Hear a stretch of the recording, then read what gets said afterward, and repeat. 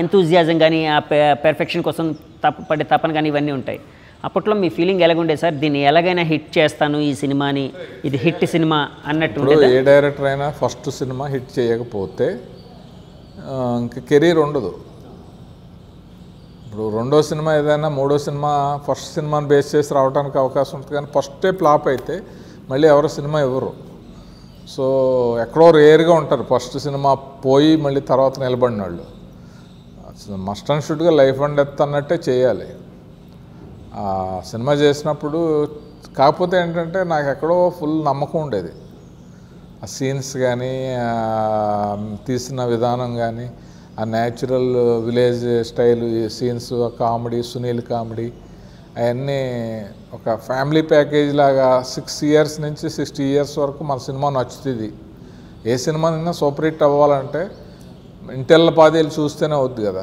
అలాంటి ఓ సినిమా అవుద్దని తీశాను నేను గర్వంగా ఎప్పుడు కూడా చెప్పుకోగలను. అది నాకు ఒక విజిటింగ్ కార్డ్ లాగా. ఆ సినిమాని నేను తీశాను అంటే నాకు స్పెషల్ రెస్పెక్ట్. ఇప్పటికీ టీవీల్లో ఎన్ని వందల సార్లు ప్రాజెక్ట్ చేశారు ఆ సినిమాని.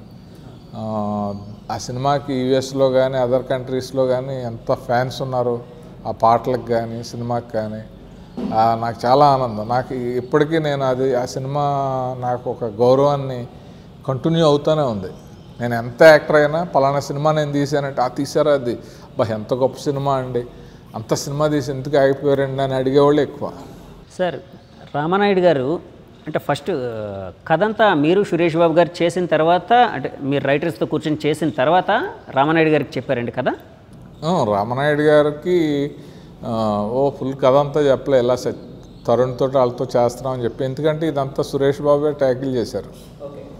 నాయుడు గారికి ఏంటంటే సాంగ్స్ చూపించడం అలాంటివి చేసాం, కానీ ఆయనది మామూలు సపరేట్ క్యాంపు. ఆయన సినిమాలు ఆయన చేసుకుంటూ ఉండేవారు, సురేష్ బాబు సినిమాలు సురేష్ బాబు చేసుకుంటూ ఉండేవారు. బట్ రష్లో ఈ చూడ్డాలు చేసేవారు, కానీ ప్రతి డిస్కషన్ ఆయన చెప్పాలని ఎక్స్పెక్ట్ చేసేవారు కాదు. సార్ మీరు ఇండస్ట్రీకి వెళ్ళినప్పుడు డిస్కరేజ్ చేసిన పీపుల్, అంటే వెళ్ళే ముందు కానీ వెళ్ళిన తర్వాత కానీ ఎవరైనా ఉన్నారండి? డిస్కరేజ్ చేసిన సంఘటనలు ఏమైనా ఉన్నాయా? డిస్కరేజ్ అందరూ చేస్తారు. ఊళ్ళో వాళ్ళు రకరకాలుగా వెళ్తే అక్కడేమో కుర్చీలు మొయ్యాలంట, బల్లలు ఎత్తాలంట, ఎందుకు ఇక్కడ శుభ్రంగా ఉన్నాడు, ఆ పిచ్చెట్టుకుంది ఏంటి అన్న వాళ్ళందరూ కూడా తర్వాత చాలా హ్యాపీ ఫీల్ అయ్యారు. ఫస్ట్ టైం మ్యాగజైన్స్లోనూ పేపర్లోనూ నా పేరు వస్తే హ్యాపీ ఫీల్ అయ్యారు. తర్వాత టీవీల్లో నన్ను చూసినప్పుడు హ్యాపీ ఫీల్ అయ్యారు. ఇప్పుడైతే సోషల్ మీడియాలో కాశీస్తున్నదని కొట్టగానే ఎన్నో ఇంటర్వ్యూలు, ఎన్నో ప్రోగ్రామ్స్ వస్తాయి. రామానాయుడు గారు లాంటి ఒక పెద్ద వ్యక్తితో సినిమా చేసిన మీరు ఇమ్మీడియట్ ఛాన్స్, రామోజీరావు గారు అంటే ఒక మీడియా మొగలు అంటారు, ఒక ప్రముఖ నిర్మాత, ఒక స్టూడియో ఓనరు, ఇట్లాంటి ఒక పెద్ద వ్యక్తి ద్వారా అంటే ఆయన సినిమాకి చేసే అవకాశం వచ్చింది. సో అప్పుడు మీ ఫీలింగ్ ఏంటి సార్? గర్వంగా ఉంటుంది, సంతోషంగా ఉంటుంది, ఆశ్చర్యంగా ఉంటుంది, అన్ని ఫీలింగ్స్ ఉన్నాయి. ఎందుకంటే మామూలుగా లెజెండ్స్ వాళ్ళిద్దరితో సినిమా చేయటం, వాళ్ళ ఎక్స్పీరియన్స్లు మనం తెలుసుకోవటం, మనం వాళ్ళని కన్విన్స్ చేసి మన సీన్లు అవి ఎక్స్ప్లెయిన్ చేయటం చాలా మంచి ఫీలింగ్. నేను మర్చిపోలేను ఆ మెమరీస్. సార్ రామోజీరావు గారు మీకు సినిమా ఇవ్వడానికి కారణం ఆ ముందు సినిమా చూడడమా అండి? అలానే ఉండేది. మామూలు ముందు సినిమా హిట్ అయింది, చాలామంది వచ్చారు. బట్ రామోజీరావు గారు హరికృష్ణ గారు అబ్బాయిని కళ్యాణ్ రామ్ని హీరోగా పెట్టి చేద్దాం అనుకున్నప్పుడు లవ్ సబ్జెక్ట్ ఎవరు బాగా డీల్ చేస్తారు అంటే నా పేరు ఎవరో చెప్పారు. నా సినిమా కూడా బాగా ఆడింది. ఆ రకంగా నన్ను కన్ఫర్మ్ చేశారు.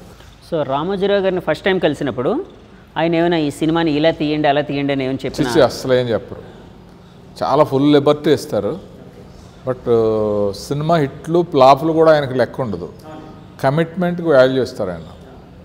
సో మీరు ఒక నందమూరి తారక రామారావు గారు మీరు ప్రేమించే వ్యక్తి అయిన వాళ్ళ మనవడిని ఇంట్రడ్యూస్ చేస్తూ సినిమా తీశారు.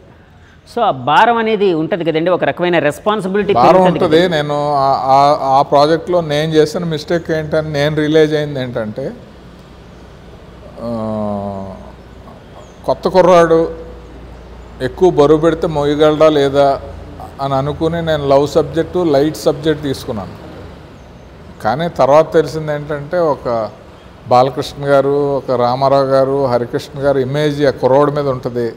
మనం అవుట్ అండ్ అవుట్ మాస్ వెళ్ళిపోతే బాగుండేది, మనం తప్పు చేసాము అని తర్వాత రియలైజ్ అయ్యాను. ఎప్పుడండి అంటే సినిమా చేస్తుండే ప్రాసెస్లో రిలీజ్ అయ్యారా, సినిమా రిలీజ్ అయిన తర్వాత రిలీజ్ అయ్యారా మీరు? రిలీజ్ అయిన తర్వాత. రిలీజ్ అయిన తర్వాత.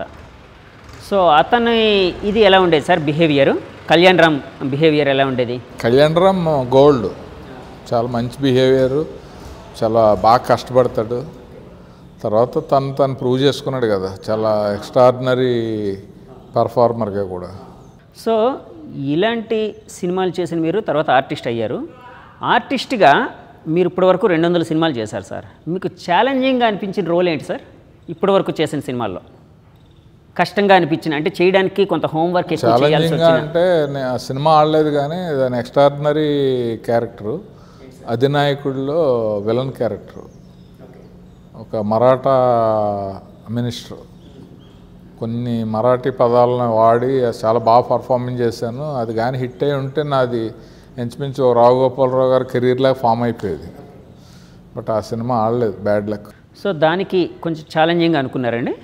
అంటే ఆ క్యారెక్టర్ చేయడం ఒక ఛాలెంజింగ్ క్యారెక్టర్, ఎందుకంటే అప్పటి వరకు ఒక సాఫ్ట్ దాంట్లోంచి ఒక విలని అనే దానికి వెళ్ళారు. సో మీకు ఇష్టమైనది కూడా ఆ కైండ్ ఆఫ్ ఇదే అనుకుంటా కదా సార్? ఒక రావు గోపాలరావు గారు లాంటి విలని చెయ్యాలి అనేది మీ తపన అనుకుంటా కదా సార్? అదే నేను మ్యాచ్ అవుతానని చాలామంది అంటారు. ఏదైనా సరే ఒక సినిమాలో ఒక క్యారెక్టర్ పడడం, ఆ సినిమా ఆడటం, అది క్లిక్ అయితేనే మిగతా కెరీర్ అంతా ఆ విధంగా కంటిన్యూ అవటం జరుగుతుంది.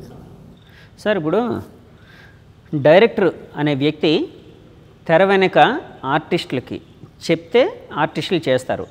At the same time director artist కావచ్చు, కాలేకపోవచ్చు.